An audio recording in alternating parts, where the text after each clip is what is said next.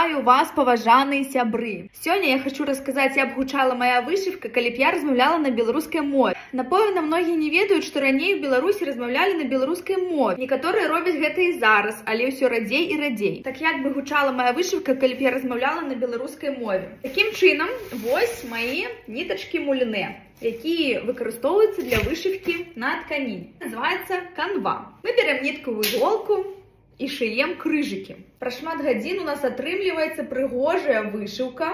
Будзе моя самая вялікая праца. Па 1000 крыжыкаў у тыдзень. І будзе гатова яна к 31 снежню 2025 года. Яе параметр 30 на 65 сантиметров і каля 73 000 крыжыкаў. Задавайце любыя пытанні, якія вас цікавяць на беларускай мове, і я адкажу ў наступным рылсе. Дзякую за ўвагу!